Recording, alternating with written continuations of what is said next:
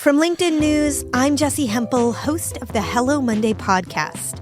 Start your week with the Hello Monday podcast. We'll navigate career pivots. We'll learn where happiness fits in. Listen to Hello Monday with me, Jessie Hempel, on the LinkedIn Podcast Network or wherever you get your podcasts.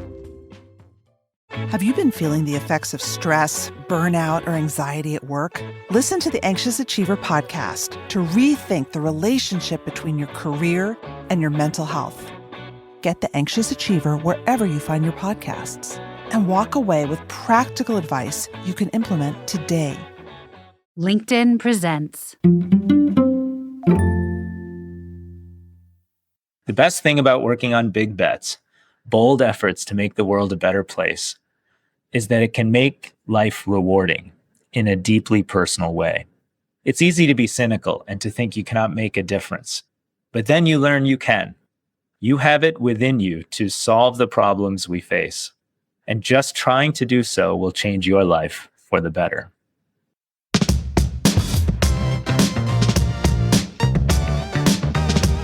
Happy Thursday, everyone. This is the Next Big Idea Daily, and I'm Michael Kovnat.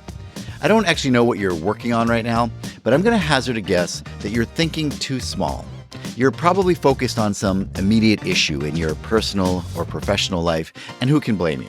But what if you were able to zoom out and devote some portion of your energy to tackling big problems? Like protecting the world's children from communicable disease, for example, or developing real solutions to runaway climate change. These challenges may seem just too daunting, but they are the kinds tackled by the Rockefeller Foundation, a global institution with a mission to promote the well-being of humanity around the world.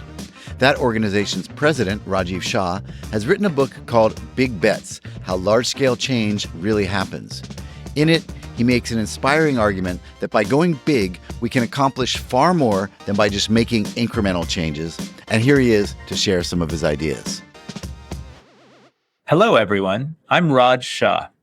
If you had told me when I was 17 years old, watching in awe as Nelson Mandela spoke to thousands of people in my hometown of Detroit, that I would go on to join large-scale efforts to fight hunger, improve public health, and expand energy access, I wouldn't have believed you. But over the course of my career in government and philanthropy, I've had the opportunity to be part of several such efforts. I call them big bets. A big bet is a bold, concerted effort to solve a problem, not just make incremental improvements. A big bet requires you to do three things: find fresh ideas or new technologies, form unlikely partnerships and alliances, and fiercely measure results. Today, I want to share a few of the lessons I've learned from the big bets I've worked on. A big bet mindset can help actually solve many of the tremendous challenges we face today. But it can also serve as an antidote to cynicism, the cynicism that curtails our ambitions and makes us powerless. When people try to tackle some of the big challenges we face, there is a natural tendency to feel small or powerless relative to the scale of what we're up against: fighting climate change, eradicating poverty, overcoming a pandemic. I call that feeling the aspiration trap. It leads people to aim too low or settle for the idea that doing good is good enough. Large-scale change really is possible with big bets that drive you to find new solutions, make unlikely partnerships happen, and measure results. Let me give you an example. When COVID-19 emerged, the Rockefeller Foundation team pivoted our existing strategies and programs to help the United States and countries around the world respond. We identified an important solution: testing. Because the only way to bend the curve on a pandemic is to find out who is positive and where. But in April of 2020, only PCR tests were available, and those took about 3 days or even up to a week to return results. At that point, US labs were performing 23 tests per million people, while South Korea was running 3,600 tests per million. We wanted to help dramatically increase the production of tests in the United States. So we released a report that called for more than tripling the administration of tests, from fewer than 1 million a week in early April to more than 3 million a week by the end of June, and nearly 30 million a week by October. And together with our partners, we outlined clear steps to achieve those goals. Then, we built alliances of unlikely partners to grow support for our approach to testing. We pulled together a network of scientists, doctors, teachers, administrators, economists, and government officials to design testing protocols. We even brought Trump administration officials and teachers' unions together to pilot those protocols in schools so kids could safely return to their classrooms. Along the way, we measured what was working and responded to what wasn't. Within a year, the United States had the testing production and protocols needed to get students back in school. That's the kind of large-scale change a big bet can make. When you're searching for a solution, asking simple questions can cut through complexity and lead you to the answers you need. As they were standing up their foundation, Bill and Melinda Gates read an article in the New York Times about rotavirus, a diarrheal disease common in infants and young children. In the United States, very few, if any, children died from it. But in poor countries, at the time, it killed up to 600,000 children every year. Shortly afterwards, the Gates invested $750 million to kickstart Gavi, a global alliance with the goal of vaccinating the 50 million children born every year who never received routine vaccinations. That investment revealed the complexity of the global vaccine system, a supply side that involved multinational companies, multilateral agencies, intellectual property laws, variegated policies, as well as a delivery system that involved a patchwork of aid groups, healthcare systems, transportation and refrigeration, and record keeping. For many, that complexity provided a reason for inaction or inadequate actions. But Bill used simple questions to cut through that complexity. He asked us over and over, how much would it cost to vaccinate a child? And therefore, how much would it cost to vaccinate all children? In seeking the answer to that question, we redid math that revealed cracks in the system. In the end, we found the answer. It cost about $84 to vaccinate a child in a poor country. It was a higher number than we hoped, but it also gave us a way forward. And our answers eventually revealed a path to vaccinating children that required finding significant, sustainable inflows of early capital. So we worked with partners to create an immunization bond.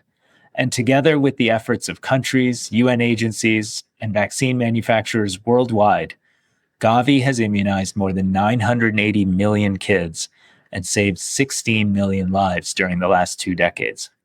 Bill would later say, the barrier to change isn't too little caring, it's too much complexity. Simple questions can maintain a focus on the transformational, audacious goals that are the heart of big bets. And the answers, while imperfect, can create a roadmap for how to achieve them. When you're recruiting partners, especially unlikely partners, you have to make it personal. In 2014, I was asked to speak at the annual National Prayer Breakfast. It was an exciting opportunity, but I was more than a little nervous. Mother Teresa had given the speech at one point. That's a tough act to follow.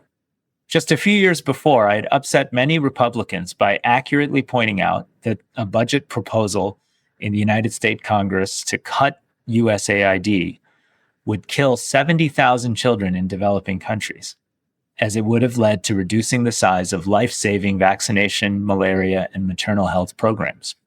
Those comments were based on USAID data at the time, but I did not deliver them with respect or in a tactful manner.